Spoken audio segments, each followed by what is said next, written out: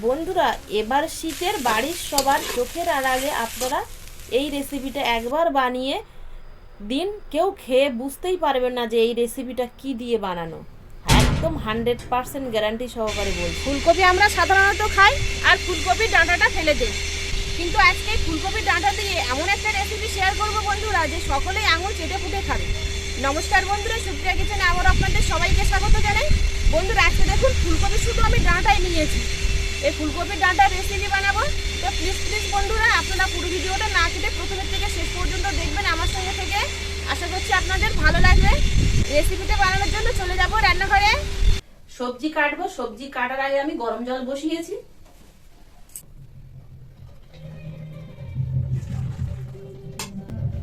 এখানে প্যাকেটে শুকনো চিংড়ি মাছ কিনতে পাওয়া যায়, তো এই শুকনো চিংড়ি মাছ নিয়েছি, গরম জলে ভিজিয়ে দেবো।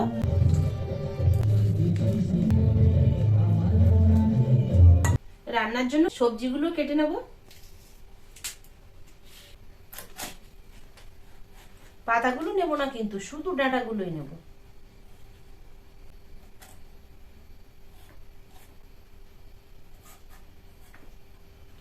ডাঁটাগুলো ঠিক এরকম সরু সরু করে কুচিয়ে নেব।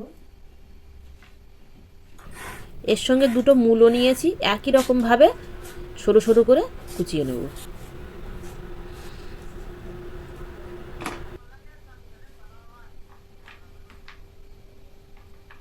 সবজিগুলো সব কেটে নেওয়ার পরে পরিষ্কার জল দিয়ে ধুয়ে আনবো।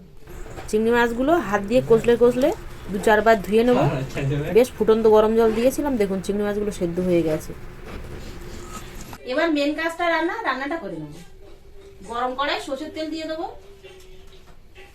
গরম তেলের মধ্যে পেঁয়াজ, রসুন কুচি আর কাঁচা লঙ্কা কুচি দিয়ে দেবো।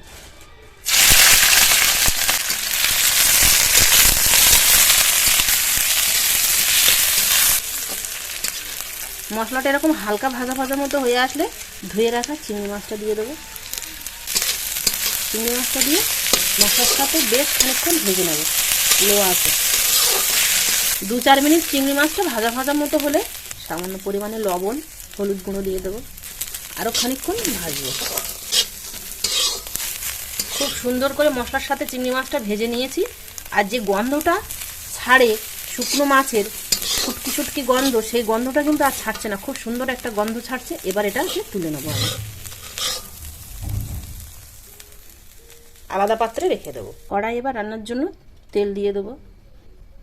গরম তেলে এবার ধুয়ে কেটে রাখা মূলো আর ফুলকপির ডাঁটাটা দিয়ে দেবো।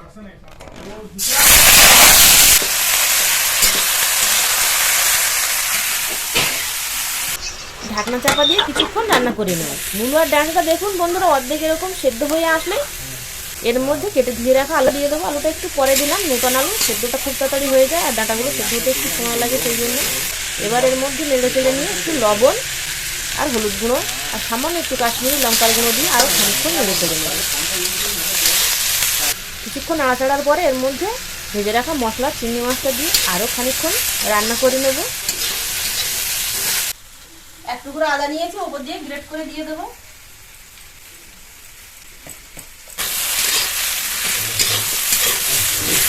আদাটা দিয়ে নেড়ে চেড়ে এবার ঢাকনা চাপা দিয়ে লো ফ্লেমে রান্না করে নেব।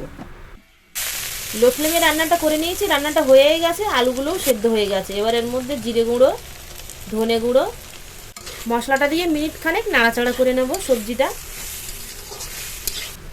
রান্নাটার মধ্যে এবার একটু গরম মশলার গুঁড়ো দিয়ে নেড়ে চেড়ে নামিয়ে নেব। রান্নাটা হয়ে গেছে, দেখুন কতটা লোভনীয় হয়েছে, যা সুন্দর গন্ধ ছাড়ছে তা কি বলবো বন্ধুরা, আপনারা একবার না বানিয়ে খেলে বিশ্বাস করতে পারবেন না। রান্না কিন্তু কমপ্লিট। এবার গরম ভাত, রুটি, পরোটা সবকিছুর সাথে আপনারা খেতে পারবেন, কেউ বুঝতেই পারবে না যে কি দিয়ে খাচ্ছে। রেসিপিটা ভালো লাগলে প্লিজ বন্ধুরা চ্যানেলটিকে বেল আইকন সহ সাবস্ক্রাইব করে আর লাইক ও কমেন্ট ও শেয়ার করে আমার পাশে থাকবেন। এতক্ষণ আমার সঙ্গে থাকার জন্য আপনাদের অনেক অনেক ধন্যবাদ। আবারও দেখা হচ্ছে আপনাদের সাথে পরবর্তী নতুন কোনো রেসিপিতে। ততক্ষণ আপনারা সবাই ভালো থাকবেন ও সুস্থ থাকবেন।